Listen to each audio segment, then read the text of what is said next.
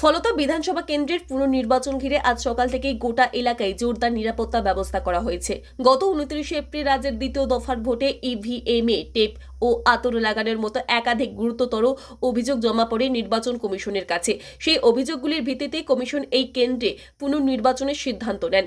নির্বাচনকে শান্তিপূর্ণ ও নির্বিঘ্ন করতে মোতায়েন করা হয়েছে মোট 35 কোম্পানির কেন্দ্রীয় বাহিনী। প্রতিটি বুথের নিরাপত্তা রাখা হয়েছে এক সেকশন করে কেন্দ্রীয় জওয়ান।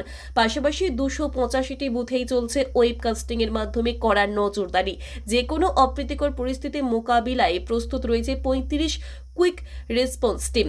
আজ সকাল 7টা থেকে 202টি ভোট গ্রহণ কেন্দ্রে শুরু হয়েছে ভোট গ্রহণ। সকাল থেকেই বিভিন্ন বুথের বাইরে ভোটারদের দীর্ঘ লাইন চোখে পড়ছে। এই কেন্দ্রে মোট ভোটার সংখ্যা 2,36,444 জন।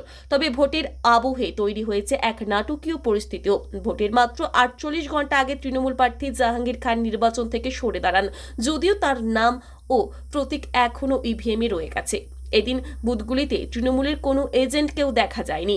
ফলতা থেকে সানওয়ার হোসেনের রিপোর্ট, বিশ্ব সমাচার।